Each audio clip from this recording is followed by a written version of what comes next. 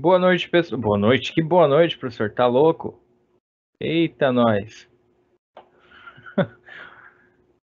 Que horas são? Agora são tipo 11 horas e o professor tá dando boa noite pra vocês. 10 horas. É.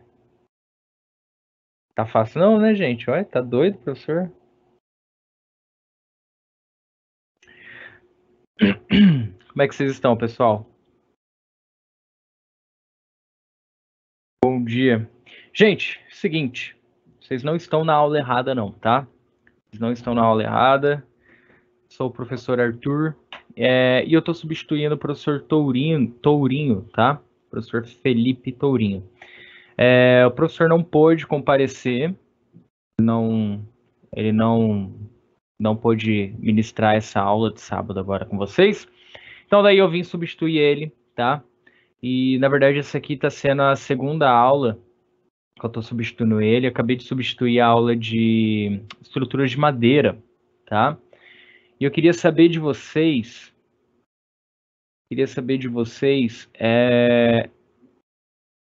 quem aqui já passou pela disciplina de patologia ou tecnologia da construção comigo, que a gente falou de patologias. Alguém aí já passou por isso comigo? Eu tô vendo que tem uma galerinha, tem uns alunos diferentes, né, da aula de estrutura de madeira. Então, acredito eu que eu tô com outra turma, tá? Alguém aí já teve aula comigo semestre passado? Ou tá tendo esse semestre, pessoal?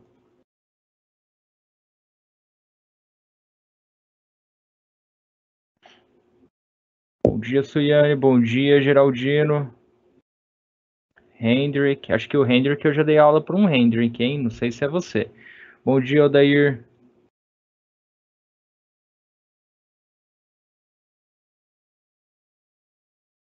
Bom dia, Luiz. Pô, cara, você teve Covid. Melhoras, melhoras. Espero que esteja bem. Primeira vez? Então tá bom. Gente, seguinte. O professor Felipe, ele passou para mim o slide para a gente ministrar essa aula hoje, tá? Só que, deixa eu falar um negócio para você, Luiz, você que tá comentando. Quando for comentar, não comenta na sua mensagem, não dá um replicar mensagem, responder mensagem, senão eu não consigo publicar para os colegas verem também, tá? Então daí coloca numa nova mensagem que daí a gente consegue publicar. Fala, Flávio, bom dia. Então, galera, vamos lá. Então o professor ele passou o slide lá para mim, tá? Eu dei uma olhadinha, é uma coisinha bem tranquila para a gente trabalhar a respeito da isostática.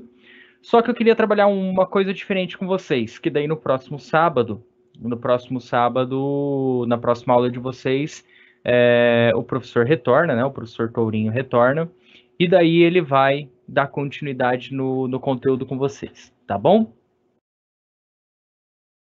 Eu acredito que sim, Marcel. Eu acredito que sim, mas acho que esse ano ainda não, tá? Esse ano ainda não, pela segurança de todos, né, gente? Pela segurança de todos, tá? Mas a tendência é normalizar, né? Mas vamos lá. Então, essa disciplina de isostática, né? Eu lembro né? Temos a hiper e temos a isoestática, tá bom? Isostática.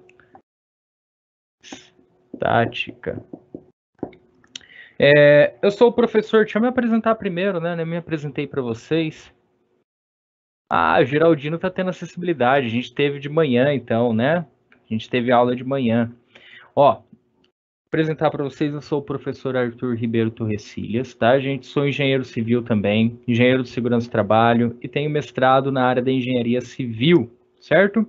Trabalhei já como perito, trabalhei bastante com isostática, tá? Bastante com hiperestática. E o que eu vim falar para vocês hoje é o seguinte, né? Isostática.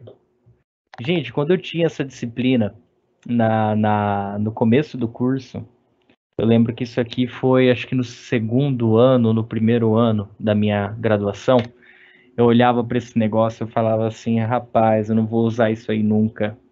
Eu não vou usar isso aí nunca, né? Tipo, aí eu via lá né, as estruturas, pá, calculava momento fletor, calculava cortante, fazia os desenhinhos e tal, usava o F2, conhecem o F2? Você não pode estar fazendo essa disciplina sem conhecer o F2, galera. Software gratuito, vocês conseguem dimensionar a estrutura estática. YouTube lá tem vários vídeos ensinando como é que mexe no F2, tá? Então vamos lá. Aí eu falava assim, cara, eu nunca vou usar isso aqui. É, que perda de tempo. Aí a gente foi para hiperestática, né? Onde a gente aumenta um grau de complexidade. A gente começa a trabalhar com grelhas. Aí a gente foi daí para hiperestática, entra pórticos, né? Eu tenho pórtico com diferencial de carga, eu tenho pórtico por inteiro, eu tenho vigas, pórtico em balanço, enfim. Aí comecei, aí você vai para essas coisas e você continua falando. Você está lá no começo da faculdade, você fala assim, rapaz, eu não vou usar isso nunca na minha vida. Tem programa que calcula isso, e bababá, engano meu, né? Puro engano meu, coitado, que ingênuo que eu era. E a gente usa, gente. Você sai da faculdade, você vai continuar usando isso, tá? Você pode não precisar calcular tudo de novo, mas você tem que entender como que funciona, o que está acontecendo naquela estrutura. E essa disciplina de isostática e hiperestática, ela vai te ajudar a enxergar todos os esforços, o que está acontecendo, por que está acontecendo dentro de uma estrutura. Então é por isso que é importante, tá? Dentro da graduação, ao longo desses anos de graduação de vocês, só para eu ter uma noção, vocês devem estar o quê? No segundo ano, terceiro ano? Qual que é o ano que vocês estão, ou semestre? Vai comentando aí só para eu ter uma noção, tá? Mas é o seguinte, dentro da nossa graduação, a gente tem lá 3, 4, 5 anos. São 5 anos de pura sofrência, né? 5 anos intermináveis, que quando você chega aqui nesse último ano, você não vê a hora de acabar. Tô errado? Tô nada, né? Tô certo. Aí você fala assim, eu quero me ver livre. Gente, não muda nada, só piora, tá? Sinto muito em dizer para vocês, mas só piora. Professor, que desanimador. Não, galera, é a realidade, tá? Você vai continuar estudando, às vezes até mais. Você tem que continuar estudando. Você não pode virar lá um blocão de concreto que fica parado pro resto da vida, tá? Então a tendência é vocês continuarem estudando. Quinto semestre, metade do ano, quarto semestre. Opa, Geraldino tá no oitavo já. Caramba, tá na reta final, Geraldino. Você tá aqui, cara. Tá aqui. Mas a tendência, então, o de vocês seria terceiro, quarto ano, né? É bem nessa. Eu tive no final do segundo ano. No final do segundo ano, ISO e hiper, tá? Sexto semestre, ó, alguém gritou ali, sexto semestre, né? Então, galera, uma coisa para vocês levarem ao longo aí do curso de vocês, tá? E eu quero que vocês pensem bastante nisso, com bastante carinho.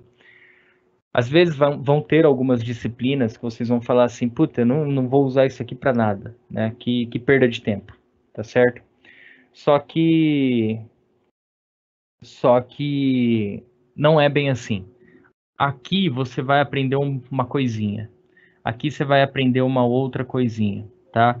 Aqui você vai aprender isso, você vai aprender aquilo, certo? Vamos fazer cada disciplina, cada conteúdo que você aprende vai ter uma forma, tá? Que esse aqui tem forma de estrelinha, tá bom? Gente, o que é isso que eu tô querendo passar para vocês? Estou querendo dizer para vocês o seguinte, que ao longo do curso de vocês, tá? Vocês vão encontrar disciplinas que parece que não tem encaixe uma na outra. Parece que uma não faz sentido com a outra. Isso é normal numa graduação. Você vai receber bloquinhos separados, bloquinhos diferentes um do outro, tá? Então hoje vocês vão receber, nesse semestre, vocês estão recebendo o bloquinho da isostática. Não pega aquele bloquinho e guarda no bolso e esquece dele, como muitos alunos fazem. Pega esse bloquinho de isostática, e quando você recebeu de hiperestática, você fala assim, opa, como que... Ah, aqui, ó. Ah, então é assim que funciona. Vai juntando, ligando as ideias que vocês vão aprendendo ao longo do curso, tá? Opa, recebi ali agora estruturas de concreto. Recebi ali o conhecimento de estrutura de concreto, que se encaixa com hiperestática. Opa, recebi ali o conhecimento de patologias na edificação, se enquadra com isoestática, hiperestática. Então o que eu quero passar para vocês é o seguinte: tentem fazer a ligação de todo o conteúdo que vocês vão aprendendo ao longo do curso com outras disciplinas, tá? É isso que vocês precisam fazer ao longo do curso, vocês que estão aí na metade do caminho, tá? Bom, por que eu tô falando isso? Porque muitos alunos meus, né, quando a gente tinha lá aula de determinada disciplina, chegava, por exemplo, hidrologia e drenagem, né? Aí, a hora que a gente ia lá para pavimentos, o cara ficava boiando. Aí tinha que recuperar todo aquele conceito de hidrologia e drenagem para ele conseguir entender as equações de pavimento. Né? Cadê o bloquinho? Tem que juntar os bloquinhos. Então, por isso que eu estou falando para vocês, tá? Ao longo dessa disciplina, ao longo da vida aí de vocês, tá? Vão entendendo essas disciplinas como bloquinho. E é justamente o que eu trago aqui hoje. A gente vai discutir, queria discutir com vocês a respeito de patologias. Pessoal que quer aí sair da faculdade e trabalhar com perícia, a aula de hoje vai ser bem interessante. E eu falo para vocês vão usar isostática nessa bagaça aqui sim, tá? Então vamos lá pro quadro? Bom, opa, internet, colabore comigo. Ah, foi. Aê. Então, olha só. Quando a gente fala de patologia na construção, eu trouxe aqui a respeito das fissuras de flexão. Né? E por que ocorrem fissuras de flexão em vigas? Justamente por conta do excesso de flexão que aquela viga vai fazer. Tá? O embarrigamento, a flecha. E o tipo de fissura que essa viga vai apresentar quando é de flexão é esse tipo de fissura aqui. Então, eu tenho fissuras ao longo da minha viga que vão correndo no sentido do centro. Então, elas tendem a se dissipar no sentido central da minha peça. Tá? Então, sempre que a gente ver uma viga com essa característica de fissura, provavelmente ela teve ali um esforço excessivo na flexão. Tá? E ó, professor, nunca vou usar isostática na minha vida, né? Engano seu, colega. Ó, para que a gente usa? Para poder entender o comportamento dessa minha estrutura, tá? Então, quando eu faço um cálculo de flexão, quando eu dimensiono essa minha estrutura para flexão, o que eu estou dimensionando? Então, quando você faz lá aquela conta para flexão, galera, cadê a... Eita, caiu aqui, Jesus amado, salva eu. Cadê meu bloquinho aqui? Aqui, achei. Então, quando eu dimensiono esse negócio aqui para flexão, vocês sabem o que eu estou dimensionando? Esse meu momento fletor. Você sabe o que é esse meu momento fletor? É a carga da minha barra de aço longitudinal.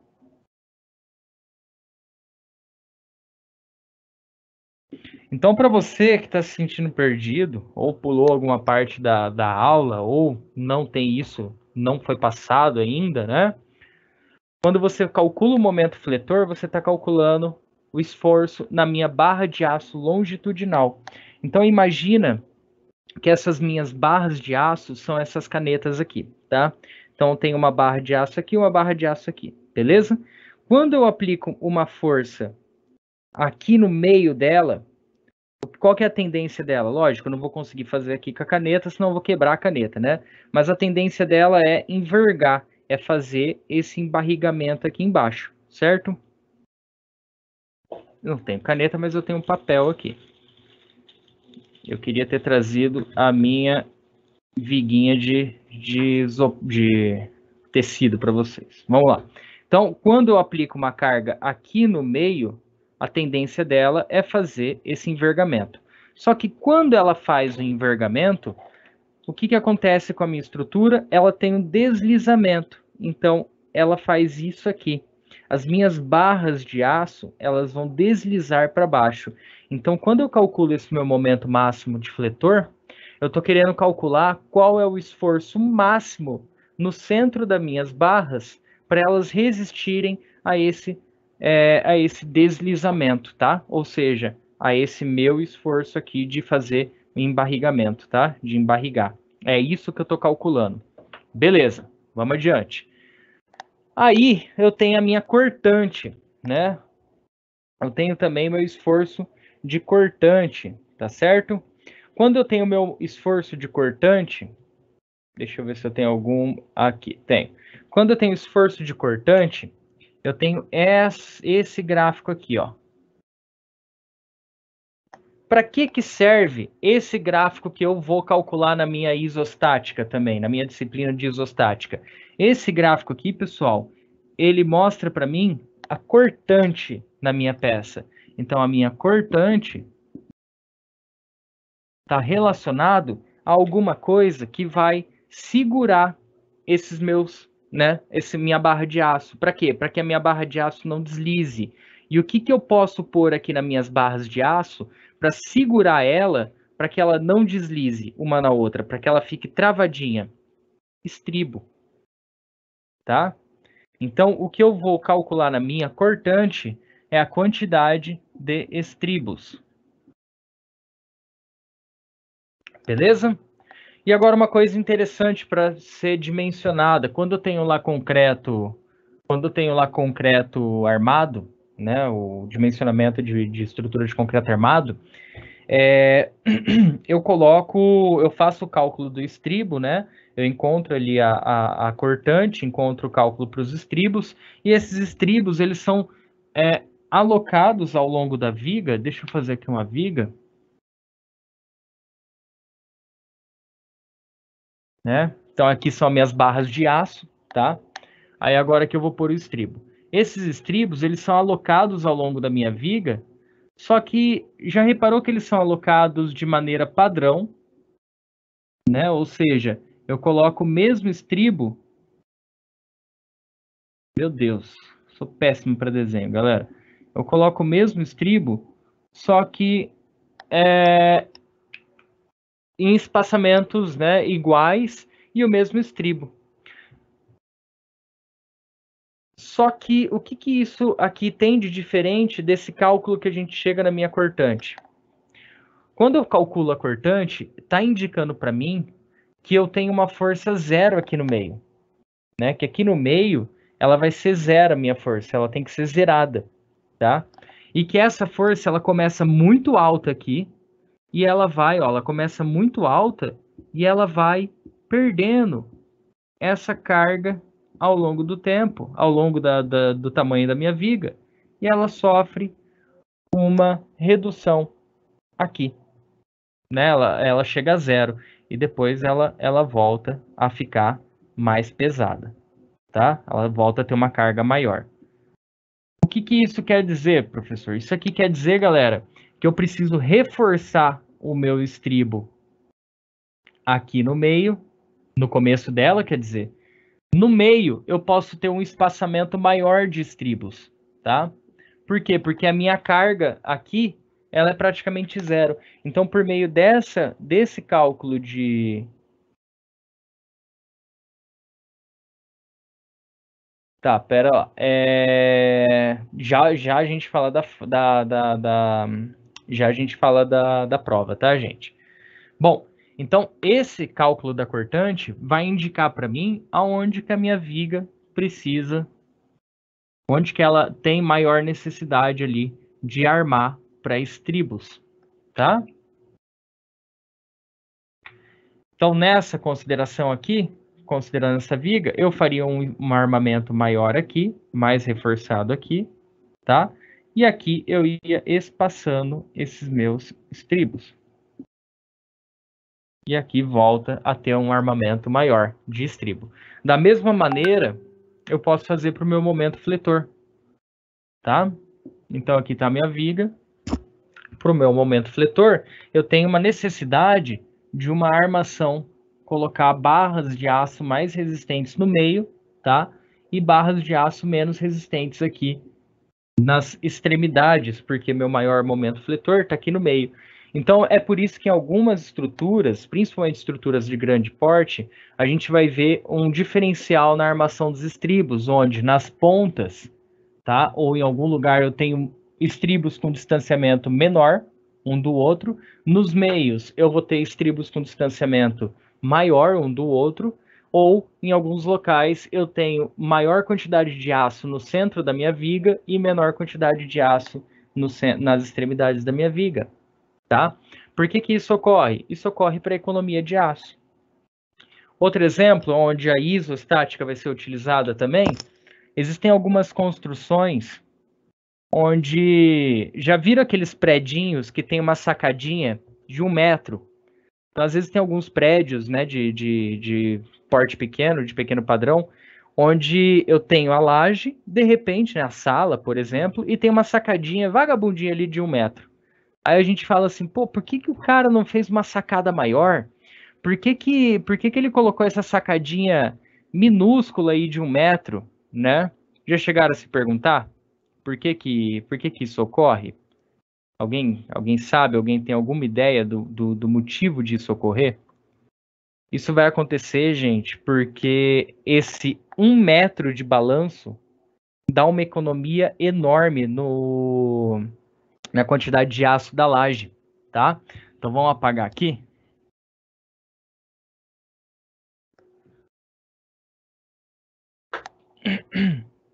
Então, quando eu tenho lá uma estrutura, joguem no F2 para vocês verem, tá? Quando eu tenho aqui uma estrutura dessa, meu momento fletor, ele é isso aqui. Tá? Meu momento fletor é esse. Beleza, vamos supor que aqui deu 10. Só para a gente ter uma noção numérica, tá? Então aqui deu 10. Então eu tenho que armar aço suficiente para aguentar 10. Agora, quando eu coloco, tá? A mesma condição. Entretanto, eu faço uma sacadinha de 1 metro, coloco um balanço aqui. Esse balanço vai fazer um peso nessa estrutura que vai girar esse centro aqui, tá? Girando esse centro, ó, aqui é a minha estrutura, certo? Esse pezinho que eu coloquei aqui, nessa situação, todo o peso da minha estrutura estava convergindo aqui para o centro. Eles estavam convergendo aqui para o centro, certo? A partir do momento que eu coloco um contrapeso aqui, que é o meu balanço, ele vai pesar para fora, né? Ele vai pesar para fora e ele vai girar essa minha outra parte de dentro. Então, o peso daqui que estava convergindo para o centro, esse meu balanço vai fazer o quê? Ele vai dar uma tracionada e vai subir como se fosse uma cordoalha, tá?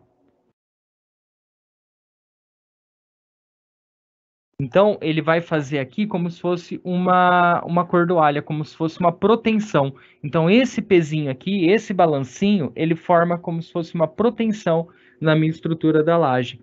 Então, o que que vai acontecer?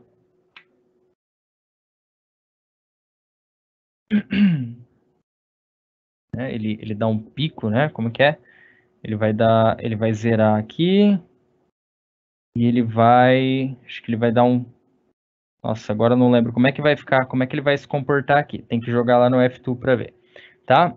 Mas o que que eu vou ter? Eu vou ter uma redução, conforme ele vai para lá, eu vou ter uma redução desse meu momento aqui e ele vai cair ali para 6, 5, Dependendo do comprimento desse meu contrapeso, ele pode reduzir até pela metade, tá? Então, pessoal, na verdade, eu estou diminuindo a quantidade de aço da minha laje. Por isso que algumas edificações, alguns prédios, eles têm aquele balancinho de 1 metro, tem aquela sacadinha de 1 metro. É justamente para ter uma economia ali para ter uma economia na minha edificação, tá? Bom, vamos voltar lá para o quadro, continuar ali.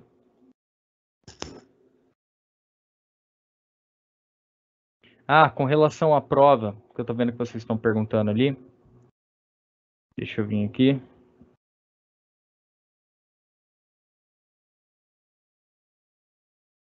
Tá. Bom dia, professor. Estou confuso com relação à prova B1. Tá. Luísa, essa disciplina não é a minha, né? Eu estou só substituindo o professor Felipe Tourinho hoje. Eu vou pedir para você perguntar isso no próxima aula, ou ver também com o seu tutor ou com a instituição, tá? A respeito das provas. Beleza, pessoal?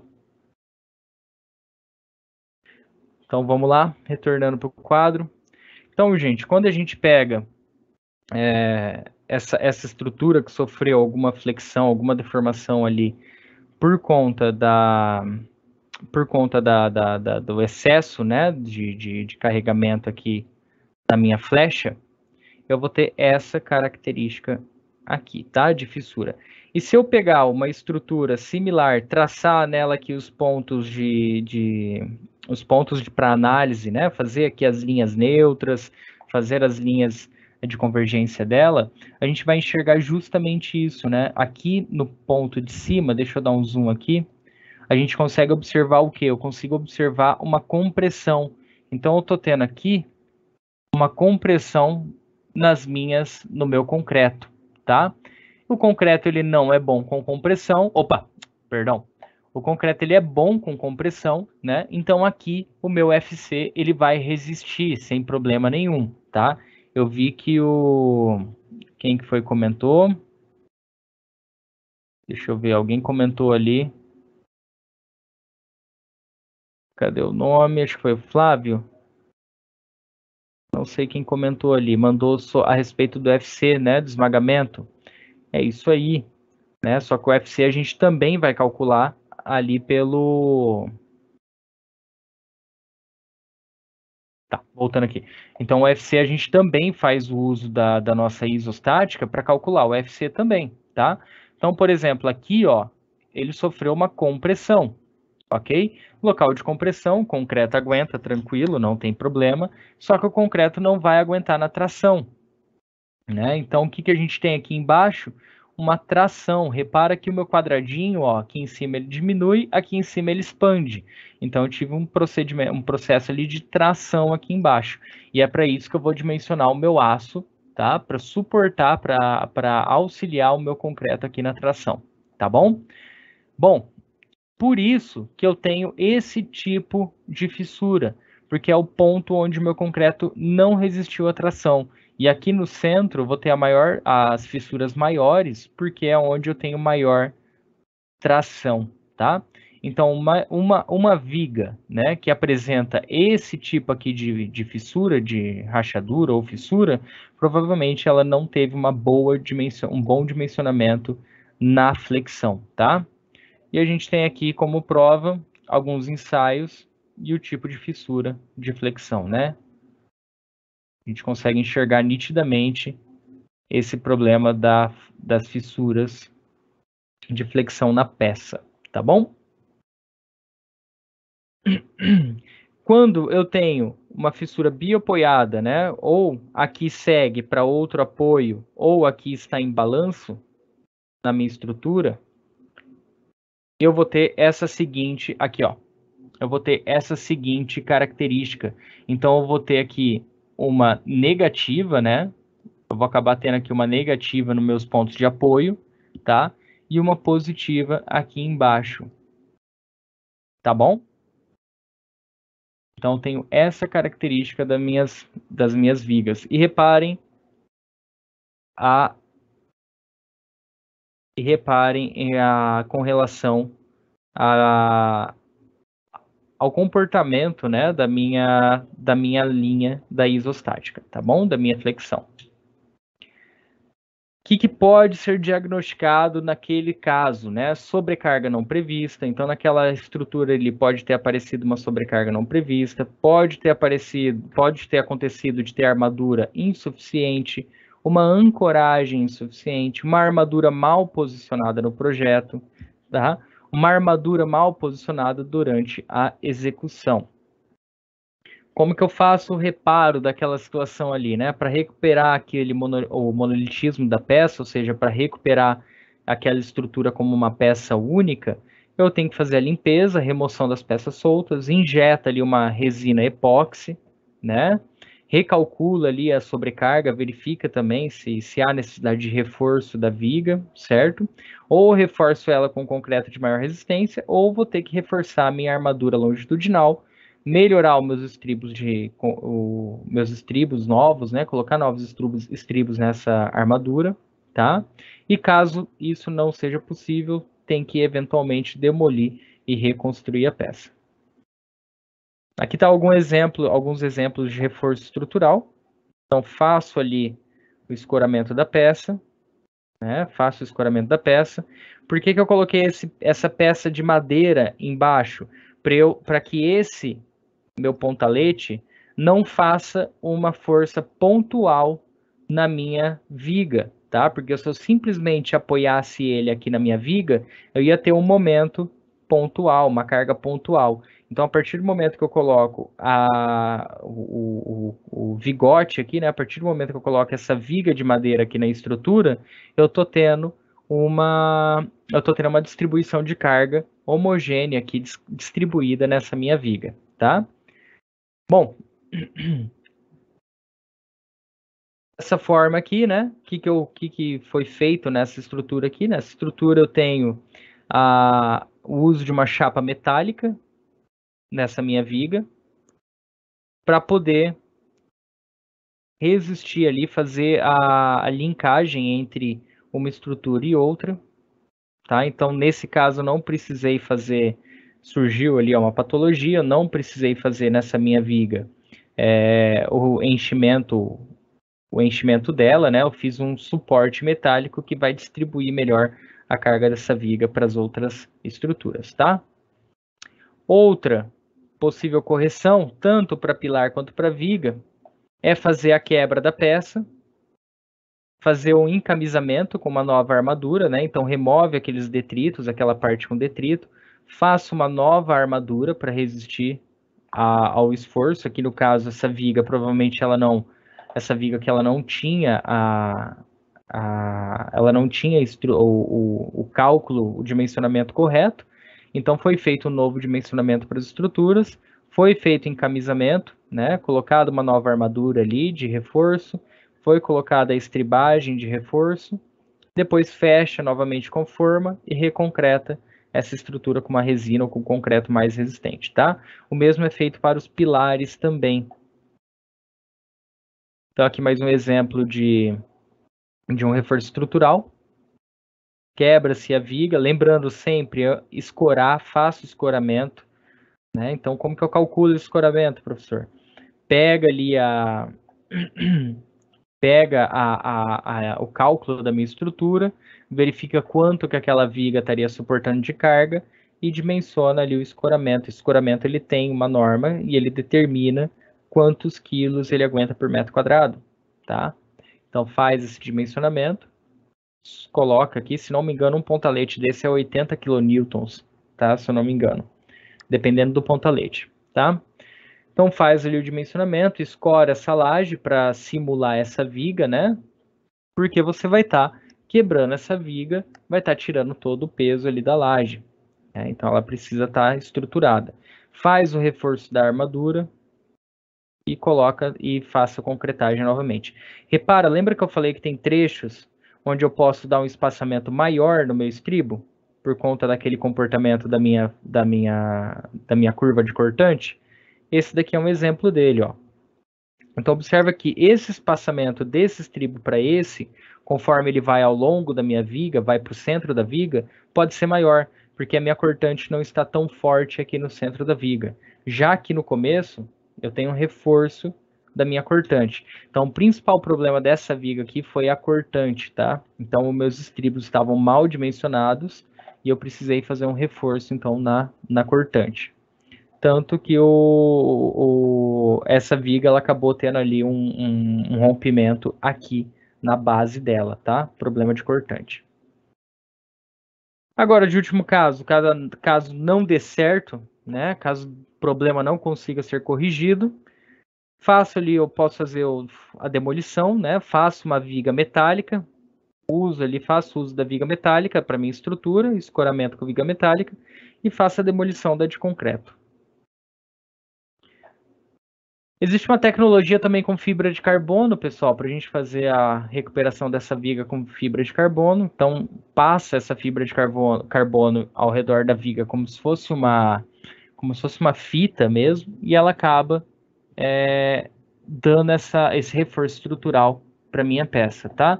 Posso fazer o uso também de dentes, como se fosse uma mão francesa aqui, para apoiar essa minha estrutura. Isso aqui é bastante utilizado também em pré-moldados, estrutura de pré-moldado, tá? Mas esse apoio, ele auxilia também aqui a minha estrutura no ponto da cortante. Bom, e quando eu tenho um problema ali de cisalhamento, tá? Quando eu tenho um problema não na flexão, mas sim na minha cortante. Então, nesse caso, o meu problema, eu vou encontrar ele nos cantos da minha estrutura. Por quê? Porque é o local onde tem ali a maior força de cortante, tá? Então, lembra lá que o professor comentou? Aqui a força está muito forte, está muito alta. Eu preciso armar isso aqui com estribo, tá? De uma maneira que resista a essa minha força cortante, certo? Então, no centro, eu vou ter fissuras de tração, e aqui nas laterais eu vou ter a minha fissura de cortante. Cuidado para não confundir uma com a outra, tá? Ao analisar uma estrutura. E a gente vê justamente essa situação quando a gente coloca, né, o diagrama de cortante em cima daquela nossa viguinha, certo? Professor, pode acontecer cortante e flexão ao mesmo tempo? Pode, claro. Olha aqui, né? Como eu tenho uma falha no travamento do meu aço, eu vou ter também uma falha no deslizamento dessas barras de aço que vai gerar uma flexão, tá? E a gente vê esse tipo de fissura para cortante. Então, falta de estribo, eu tenho destacamento da minha peça, tá? Então, para isso que a gente faz o cálculo ali da cortante. Deixa eu ver aqui.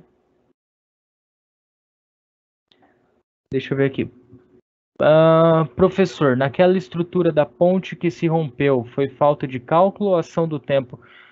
Alessandro, qual ponte? Em São Paulo? Eu tô meio por fora, hein? Professor, minha net caiu, eu queria te perguntar uma coisa do slide, como assim negativa e positiva da fissura?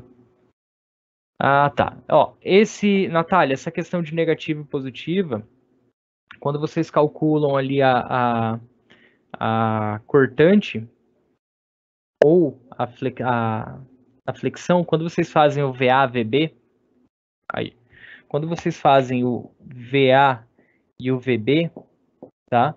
Vocês vão chegar no resultado, dependendo da consideração que vocês fizeram, do lado que vocês começaram a equação, vocês vão chegar no resultado se esse valor vai ser negativo ou vai ser positivo, indicando se a sua cortante, ela vai fazer, se a cortante não, né? Se a sua flexão, ela vai fazer assim ou assim, tá? Então daí depende do valor que você considerou, beleza? Então é isso que a gente fala negativa positiva. Vamos voltar ali.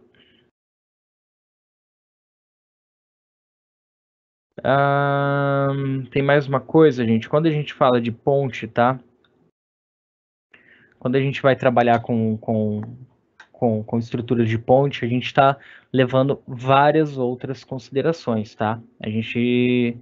ela não é uma estrutura que a gente leva em consideração a mesma do concreto armado, de uma estrutura de uma residência, tá? Quando a gente fala de ponte, a gente está levando várias outras coisas em relação a ela, tá? A gente não pode simplesmente fazer um cálculo de uma isostática numa ponte que não vai dar muito coerente, certo? Por quê? Porque a ponte ela vai trabalhar como uma estrutura móvel, né? Então a ponte ela tem que ter esse trabalho, ela não pode ser uma estrutura rígida, certo? Ela vai ter que ter uma estrutura móvel. Eu tenho ali os pilaretes dessa minha ponte também, né? Eu preciso saber se essa ponte vai ter um pilar no meio, se tiver um pilar no meio, o meu rio, ele vai dar uma rotação nesse pilar, ele vai fazer esse pilar girar.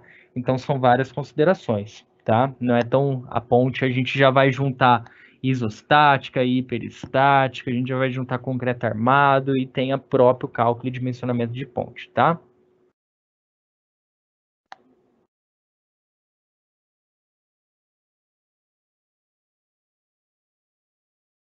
Deixa eu ver aqui o comentário.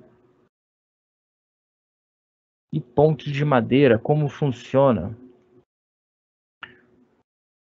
Bom, ponte de madeira, já participaram daqueles campeonatos de ponte de palito de sorvete? Acho que é por causa disso que vocês estão perguntando, né? Você pode também fazer se for com relação a isso, tá? Vocês podem usar o F2 também para calcular essa ponte de madeira. Daí vocês vão trabalhar com treliças, né? Vocês vão estar trabalhando com treliça. Vou fazer uma wiring aqui. Deixa eu ver aqui o que vocês mandaram.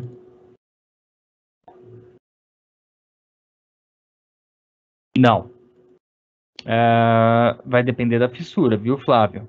Deixa eu ver aqui, ó. Professor, sempre as direções das fissuras me demonstra a situação de momento fletor? Calma aí. Sempre a direção das fissuras me demonstra a situação de momento fletor. Acho que fiquei um pouco confuso. Vou explicar de outra coisa. Tentar explicar para ver se eu respondo sua pergunta, tá? Deixa eu jogar ali pro quadro. Quando eu tenho uma cortante, a minha fissura vai acontecer nos cantos da minha peça, tá? Então, o problema de cortante, a minha fissura vai ocorrer nos cantos da peça, certo? Diferente do momento fletor, que a minha fissura, ela vai ter o problema aqui, no centro da minha peça, tá? Nas laterais, correndo para o centro da minha peça. Por quê? Porque eu tenho uma tração no meu concreto, tá?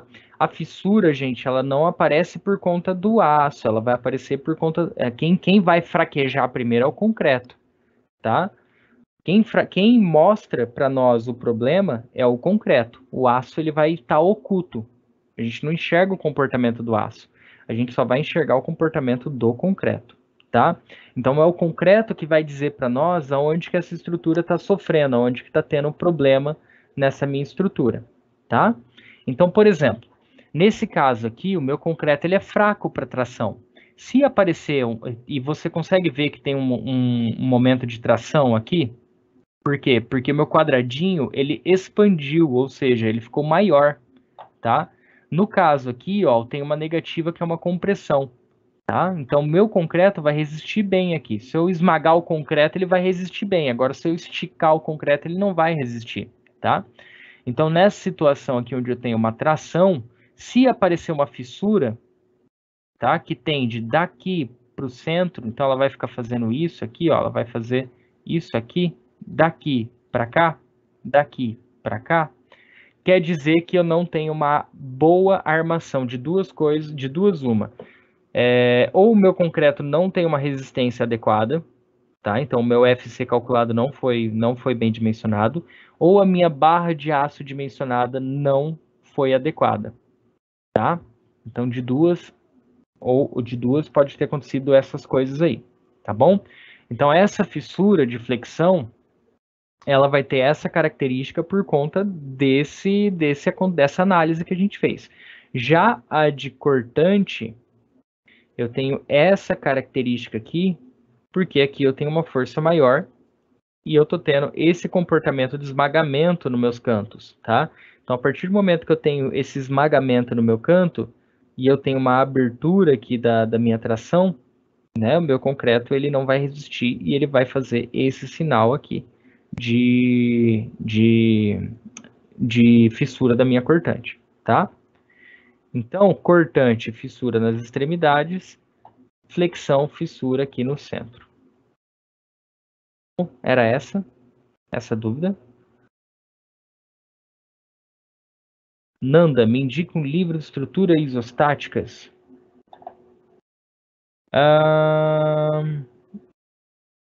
Tá, fissuras pode ser também de recalque. Sim, só que a fissura de recalque vai ser diferente, tá?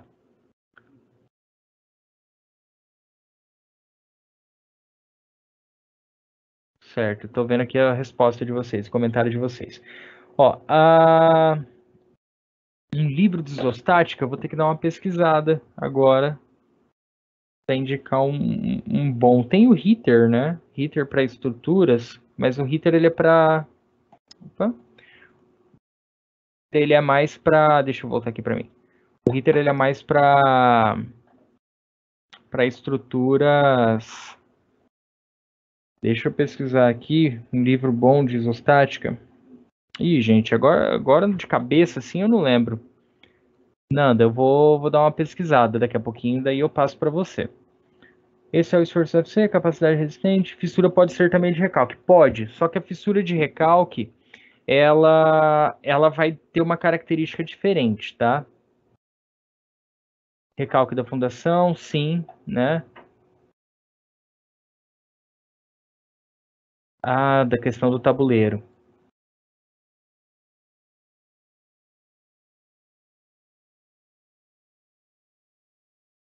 Tá.